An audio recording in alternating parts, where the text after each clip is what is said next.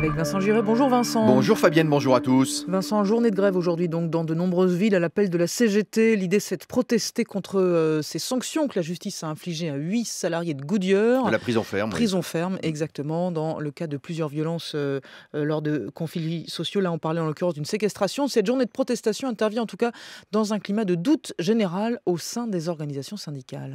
Oui Fabienne, le doute s'est immiscé et il s'étend parmi les militants syndicaux de tous bords. Même à la CGT, où l'on n'a pas l'habitude de s'épancher, à l'approche de son congrès, qui aura lieu à la mi-avril, la première organisation syndicale française fait état de ses doutes existentiels et les met en débat dans son document d'orientation. Une question essentielle et centrale nous est posée, est-il écrit, celle de l'efficacité du syndicalisme et celle de la CGT. Il nous faut rechercher pourquoi, malgré toute notre activité, nous ne parvenons pas à bouger le rapport de force, ajoute la centrale qui a multiplié ces derniers mois les journées nationales d'action qui ont été, il faut le dire, autant de coups d'épée dans l'eau. Et ce doute s'est propagé plus que jamais au sein des salariés. Un sondage publié il y a quelques jours montre que seuls 50% des salariés font confiance aux syndicats pour défendre leurs intérêts et c'est 8 points de moins qu'en 2008. Ils sont même 54% à considérer que les syndicats comprennent mal leurs besoins, soit 14 points de plus qu'en 2008. Mais alors pour quelles raisons Vincent ? Les facteurs sont multiples à l'évidence.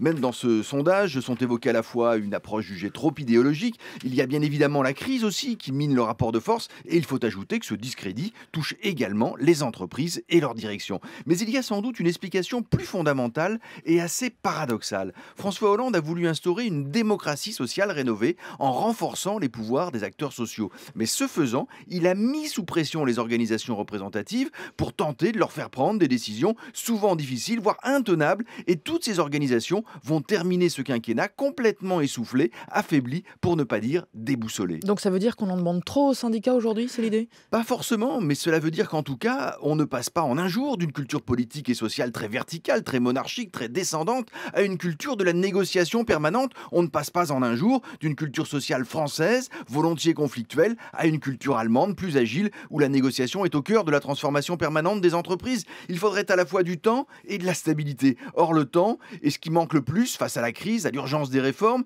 Quant à la stabilité, elle semble impossible. Le gouvernement voudrait confier encore plus de responsabilités aux organisations représentatives et parle même désormais d'une inversion des normes sociales. Quant à la droite, l'engouement soudain pour le référendum d'entreprise montre que tout le système de validation des accords pourrait encore bouger. Bref, pour le dire de manière un peu triviale, pardonnez-moi, plus personne ne sait très bien aujourd'hui où il habite. La France ne parvient pas à trouver le bon mode de régulation sociale, un mode adapté au capitalisme mouvant du 21e siècle. Vincent Girey du journal Le Monde en direct dans le 6-9 sur France Info.